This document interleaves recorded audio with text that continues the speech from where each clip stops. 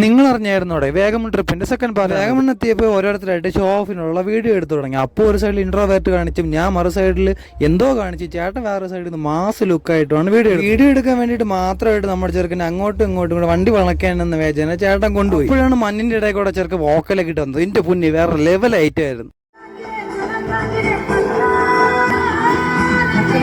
ചെറുക്കനെ കണ്ടപ്പോൾ അവിടുത്തെ പിള്ളേര് വരെ എൻജോയ് ചെയ്ത് ഡാൻസ് കളി തുടങ്ങി. അത് കണ്ടപ്പോൾ വലിയൊരു ആവേശം. പിന്നീട് അങ്ങോട്ടുള്ള കുറെ നിമിഷങ്ങൾ വണ്ടിക്കകത്ത് അഴിഞ്ഞാട്ടമായിരുന്നു. ഡ്രൈവർ ക്യാബിനിൽ നമ്മൾ വണ്ടിക്കകത്ത് പിള്ളേരുടെയും വെറൈറ്റി ആയിട്ടുള്ള അഴിഞ്ഞാട്ടങ്ങൾ. അങ്ങനെ നീണ്ട നേരത്തെ അഴിഞ്ഞാട്ടത്തിന് ശേഷം ഓരോരുത്തരായിട്ട് ഉറങ്ങി തുടങ്ങി. ആദ്യം തന്നെ വെട്ടിയിട്ട് വാഴത്തണ്ട് പോലെ കിടന്നുറങ്ങി നമ്മുടെ ഇൻട്രോവേർട്ടായ അപ്പുവാണ്. കൂടെ നമ്മൾ പാക്കേജായ നെവന്മാരുടെ ഉറക്കം കണ്ടപ്പോൾ എനിക്ക് ചിരിയാണ് വന്നത്. അങ്ങനെ ചിരിച്ചുകൊണ്ടിരിക്കുമ്പോഴാണ് വണ്ടി വീണ്ടും ബ്ലോക്ക് ഉണ്ടാക്കി. നമ്മളെ താമരാക്ഷൻ പിള്ളയിലെ ബസ് പോലെ നമ്മളെ ചെറുക്ക് എവിടെ ചെന്നാലും ബ്ലോക്ക്. വണ്ടിയിൽ നിന്ന് പോകുന്ന കാറുകാരന്മാരാണ് ബ്ലോക്ക് ഉണ്ടാക്കണമെങ്കിലും ബാക്കിൽ നിന്ന് വരുന്ന നമ്മളെ പോലുള്ള ബസ്സുകാരാണ് അതിന്റെ പഴി മൊത്തം കേൾക്കുന്നത്. ഇങ്ങനെ വാഗമൺ ട്രിപ്പ് പൊളിച്ചടക്കിയിട്ട് നമ്മൾ നേരെ തിരിച്ച് വീട്ടിലെത്തി. ഇനി അടുത്ത ട്രിപ്പായിട്ട് വീണ്ടും കാണണമെങ്കിൽ ഫോളോ ചെയ്ത് കൂടെ കുടിക്കോ.